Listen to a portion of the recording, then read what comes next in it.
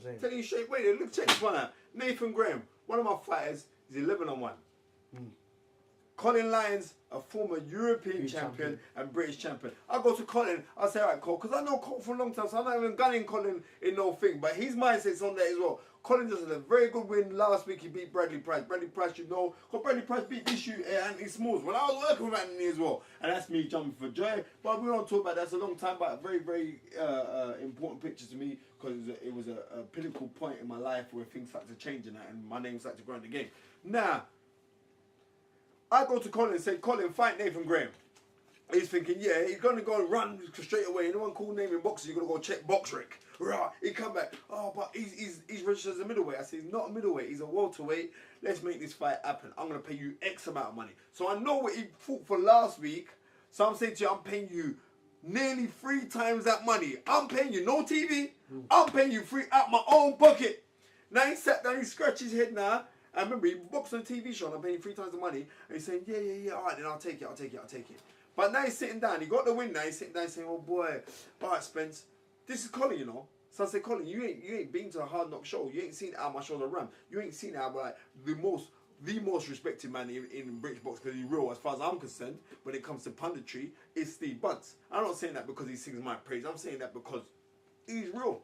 You know what I mean? He's the closest thing to a black man with an afro, even though he's getting bald, that you can get. You understand? Steve Bunce is real. So Colin goes to me and he goes, oh boy, you know what? I will still want to find your show and I love the gravitas that everything's going on with the show, but could you get me an easier opponent? There's a Polish kid, could you? I said, no, man, because I'm defeating the object. That means I'm becoming like the rest of them, man. I'm going on to this 90-10 business. I'm not in the 90-10. You know what I mean? 60-40, 50-50, fight, duke it out. So when man see that and say, right, it's a good fight, people are coming back again. When you don't get that, they ain't coming back. Because I realise a lot of promoters these days, they'll have Sky Box Office events, £15. They'll take someone from a random country, Poland or Ghana, no chance of winning, put them up against their young prospect over in 3 rounds. Well, you saw that, but no, wait, you understand? That is, I'm saying, not every day can you say, all right, then blah, blah, blah, you're gonna, but you have to build guys.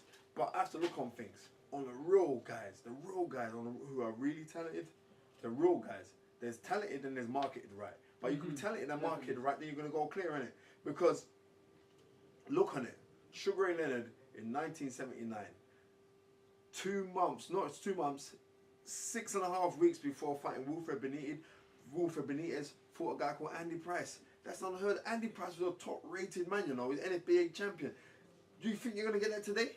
So if you got talent, I'm saying right, if you can fight, bottom line is if you can fight, you can fight. I feel sorry for a lot of the guys who are working now on TV. I feel sorry for them. My heart goes out with them because I know now how hard it is when guys will pull out of fights and do this and that, and then you say, oh, well, we've got to get some idiot man in there. But no, give the people what they want to see. Alright, then sometimes you can't help it but say, well, I've got to go bring some little Billy man in, and you just bring him in. And you know the African man's just glad to get the little African money and bring the money back home and buy a couple gold and all the rest of it. But no, but right, yeah, you know how it goes. You know how it goes. You know what I mean? Right.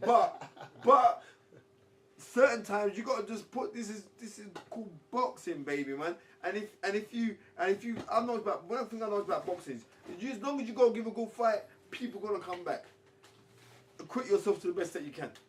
Do you understand? So, for example, fighters like Gatti, he never always won, but he put in a hard performance every time he got in that ring. So he lost 3 fights in a row, HBO renewed his contract. Yeah, and that's why he is the man that he is, and being revered as the man that he is today, because he fought with that, man. No matter what, he fought with that, and that's what people want to go and see. You know what I mean? Gatti, when Gatti and Wolf fought each other at the time, they weren't the best light welterweights in the world. No. They weren't the best light welterweights in the world, because Tszyu was still turning over, man. You know what I mean? Ricky Hatton was coming through on the horizon. They weren't the best fighters in the world. But because them two gelled together, they had this magnetism, people said, right, we want to go see it. We'll go see it again. We'll go see it again. 3 times. You know what I mean? And off of the back of that, Gatti became WBC champion. That's the game, man.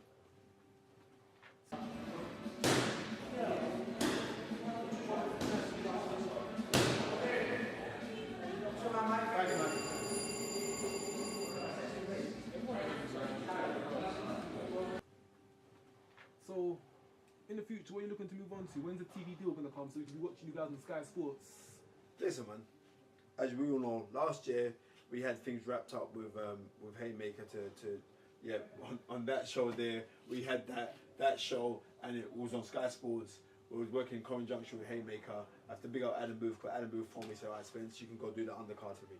And I said, right, that's going to be the thing, right? My first team. When TV see our eye flex and how my crowd are hyped, I'm going to give you guys tickets, make sure you come, and you'll see how my crowd is hyped. Then they're going to know what time of day it is. But, you know what I mean? God's law, because it's not my time, God's time said, you know what? It's not your time yet. So I'm not really worried about when people say, no, I'm worried about building my brand. Myself, Spencer Fearon, is a brand. The guys who are around me, they're part of my brand. You know what I mean? My business partner, Karen, who helped build the brand. So I'm just building what I'm building. So as I'm building what I'm building, and I'm getting hyped, and I'm getting more name, my name's getting out there more, and everything else is going on, I'm cool with that. I sell out shows. You know what I mean? And that's all I care about. I sell out shows. So after March 18th, what's the next date? March 18th, we're going 2 months after that. You know what I mean? And we're bringing back Troy, the Mongolian warrior, because he's coming back in the country on the 28th of this month. He's coming back in the country, and we're looking to try and get him on the American bill for him to fight a real golden boy prospect. If I could do that, I'd be a very, very happy man. So you're planning the Americans in to come battle? Well, it's not even that, because they're coming over. So I'm saying, right, I just want man to go and fight. One thing I know with Troy, and you see Troy in prize fight and everything else, Troy can fight, man. He's a battler. He's a battler. He's coming right. You come. Let's go duke it out, blow for blow. That's why I love them, man. This is called boxing, man. So would you say? I've realised a lot of boxers these days are sugar-coated. A lot do protect the record a lot. They're not willing to take the big fight. They're not willing to take a fight where there's a chance they might lose, like you said. Listen, if you know, that you can be delusional, and you've got men who are around you who are delusional, and you can live life, and you can eat a food, and you're not taking no risks, then why take risks? You know what I mean? But on the rules, at the end of the day, when you want to sit down and say, well, did I really? I could have done bigger and better things, because what will happen is eventually you're going to get exposed anyway. You know what I mean? Because like if I give you a glass of water, and inside that glass of water there's pieces of dirt inside of it, and you're shaking it up, and the dirt's all scrambled around in it, but you're going to drink it. You're going to drink because you don't know better. You're going to drink it every day. You're going to drink it every day. But then if I go to you and I give you some proper crisp, so I don't know, some different breeder, the crystals of water, and I start giving you that, and you start drinking it. You say, bro, I was drinking a bag of rubbish before. Now I'm drinking something proper. So all I'm trying to do is just give people the real thing. I'm giving you proper things. Thank you very much. That's very insightful. Once again, I'm Rakeem Noble from Rose Hill. Spencer Fearon, more to come. Darren Hamilton, the next Southern Area light welterweight champion. 18th of March. These guys on the show. Make sure you like at my things. Make sure you like at my things. I need your lot support. I need your energy. Even though we are sold out, I don't care. Just try come and try get it anyway, because you know I do. We black people, we like to pack up places. You know how it goes. Yeah, I mean, Just like a ring. Come and like blues dance.